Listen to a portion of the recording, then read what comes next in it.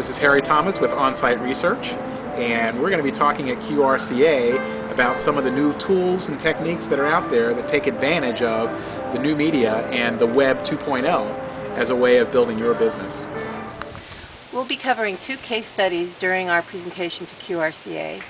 One from our Pulse of America cross-country trip, which is a trend study, and another one from a kitchen tool ethnographic study that we completed this year. In addition, we'll be covering three different techniques: Ethnotative, Ethnovation, and Ethnovision.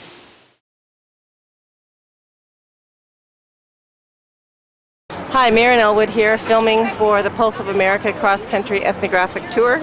We're here to talk about what consumers think across the U.S. about various issues of interest.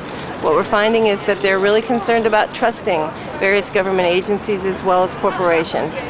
I've always kind of been raised to trust in our system. I don't know if I'd say, you know, the government but just our society, just the America's democracy, our society. Right. And now it's like I don't know who to believe. My level of trust would be very wary, very cautious. Now, has that changed in the last couple of years? It's gotten worse. You know, doubting people's intentions, our leaders, you know, motives, or I don't think we should be in Iraq. I don't think we should be going after Iran. I don't think we need to be fighting all these wars. Even Fox News, who is supposed to be fair and impartial, I finally just turned everybody off and I said, I can't trust anybody to give me a fair and impartial. I don't know what it is. I really don't. Somewhere along the way, I just stopped trusting everyone, basically. I've always been interested in what is known as ethnography, even before I knew it was called ethnography. I used to stop consumers in the aisle in grocery stores and ask them why they made the decision they made. I don't like grading anything because it's hard on my arm. This is more uncomfortable because right now it's kind of bothers my finger. If I did anything repetitive for a long time, then my shoulder would be killing me. You know, it's advancing middle age. Okay. Anything you're doing differently in the kitchen to deal with that?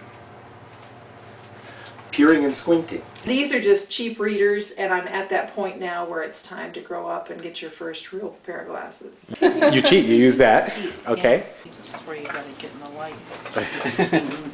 Put it out at arm's length. Okay. Those are my kitchen-specific reading glasses. Kitchen so I know I always have them here. I tend to need them more in the kitchen than any place else. Okay. Was this a trick jar? Almost every company is going to conduct some kind of quantitative study because you need statistical data to back up your big decisions. But there's also a real depth and insight that comes from ethnographic work. What we do in the ethnotative model is we combine both. We go out and we start with an ethnographic study to understand what's going on with people in their real lives. We use that information to generate your questionnaire document. And then once the statistics are in, we combine both in a PowerPoint presentation that gives you the charts and graphs, but then embedded on each page you have a movie to really illustrate what's going on in real life. Because the survey instrument is drafted based on the reality that we observed in the ethnographic portion, the response rate is higher, you have better compliance with the questionnaire, and your data at the end is much cleaner and fresher and more reliable. So Ethnovation is a process where we interview consumers, analyze the insights that come from the consumers, and then bring a core team together to work on what are solutions to some of the issues that we've learned in the ethnography from the study. We do an ideation session where we guide them through processes that will allow the teams to come up with brand new ideas and breakthrough ideas, and a lot of that will come from the media that we've collected from consumers. When we want to look back at what did consumers have to say about specific topics while we're in the ideation session, we can do that. We can pull it up right there and have that contribute to the process.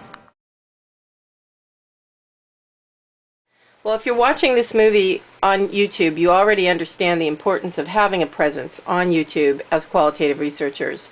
We discovered this on our Pulse of America study, and we've been in the process of populating our YouTube Ethnovision site with not only content from our studies, but proposals. We're finding that more and more our clients are wanting us to deliver proposals. This is one for the iPhone on YouTube.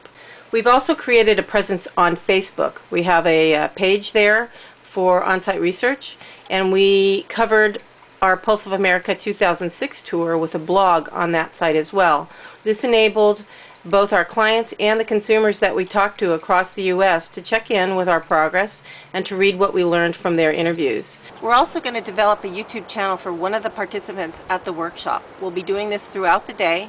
We're going to draw names at the beginning of the session. So if you'd like to be included and have a better chance of winning, respond to this YouTube video. This is Harry Thomas with On-Site Research Associates, and I hope to see you at the QRCA Pacific Northwest session on September 14th.